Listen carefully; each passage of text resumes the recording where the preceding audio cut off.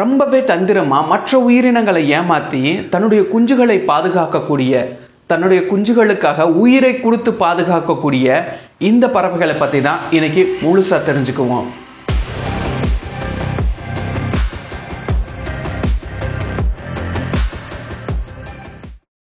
இந்த பறவையோட பேரு, ஒரு நிமிஷம் இதை கேளுங்க.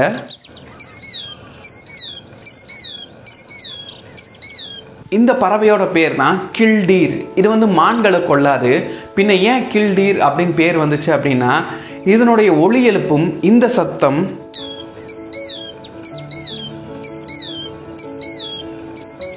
கில்டீர் அப்படின்னு இருக்கு. அதனால தான் 3 to 5 வருஷம் வாழக்கூடிய இந்த பறவைகள் பொதுவாக காடுகள்லையோ இல்லை வயல்வெளிகள்லையோ இல்லை சாலையோரங்கள்லையோ இல்லை மைதானங்கள்லையோ புல்வெளிகளிலையோ வாழக்கூடியது.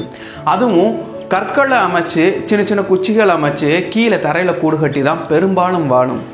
இதனுடைய நிறம் பழுப்பு நிறமாகவும் வெள்ளை நிறமாகவும் இருக்கும். இது தன்னுடைய இருப்பிடத்தை தேர்ந்தெடுக்கும் போது தன்னுடைய நிறத்தை ஒத்த இடங்களை தான் தேர்வு பண்ணி அங்கே கூடு கட்டி தான் வாழக்கூடியது. ஆண் பறவையும் பெண் பறவையும் இணை சேர்ந்த பின்னாடி பெண் பறவை 4 முட்டை வரைக்கும் வைக்கும். இதை அடகாக்கிறதுக்கு 24 நாள்ல இருந்து 28 நாட்கள் வரைக்கும் ஆகும். அந்த நேரங்களில் மற்ற விலங்குகள் வந்துச்சுன்னா தரையில தான் இருக்கு, எளிமையாகவே வேட்டையாடிட்டு போயிடும். முக்கியமாக பூனை, நரி, பாம்பு, வேறு, பருந்து, கழுகு அப்படின்னு பல எதிரிகள் இதுக்கு இருக்கு. இது கிட்ட இது எளிமையாகவே மாட்டிக்கும், ஏன்னா தரையில் வாழ்ந்துட்டு இருக்கு.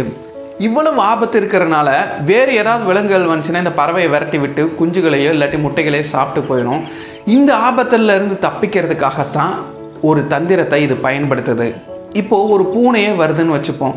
இந்த பூனையை பார்த்துருச்சு அப்படின்னா இந்த கில்டீர் பறவை என்ன பண்ணும்னா, அதோட கூட்டிலிருந்து கொஞ்சம் தூரம் தள்ளி போய் உக்காந்துட்டு தன்னுடைய ரெக்கையை நீட்டி அதனுடைய ரெக்கை ஒடிஞ்ச மாதிரி கத்திக்கிட்டேவும் ரெக்கையை ஆட்டிக்கிட்டே பறக்க முடியாத மாதிரி ஒரு பாவனையை உண்டாக்கும்.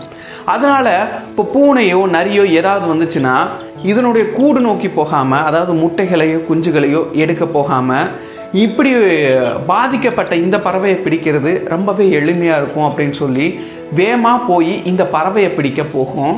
ஆனால் அது கிட்ட வரும்போது இந்த பறவை மறுபடியும் பறந்து போய் மறுபடியும் கொஞ்சம் தூரத்திலே அமர்ந்து மறுபடியும் ரெக்கையும் தன்னுடைய பறக்க முடியாத அந்த இயலாமையை மறுபடியும் அந்த விலங்குக்கு காட்டும். அதனால் அந்த விலங்கு இந்த பறவையை துரத்துறதுலாம் கவனத்தை செலுத்தும். இந்த கூடில் இருக்கிற முட்டைகளையும் குஞ்சுகளையும் தவற விட்டுரும். இப்படித்தான் ஒவ்வொரு தடவையும் தன்னுடைய முட்டைகளையும் குஞ்சுகளையும் இந்த பறவைகள் பாதுகாக்கும். இது 90% வேறு விலங்குகள் கிட்ட வரும்போது பறந்து மறுபடியும் அங்கே போய் பாவனை செஞ்சு மறுபடியும் அந்த விலங்கை திசை திருப்பிட்டே இருக்கும். ஆனால் ரொம்ப அரிதா இது மாட்டிக்கிறவும் செய்யும், அந்த விலங்குகளுக்கு இரையாகவும் செஞ்சிடும். இந்த முட்டைகளையும் குஞ்சுகளையும் அடகாக்கிறது பெண் பறவை மட்டும் இல்லை, ஆண் பறவையும் தான்.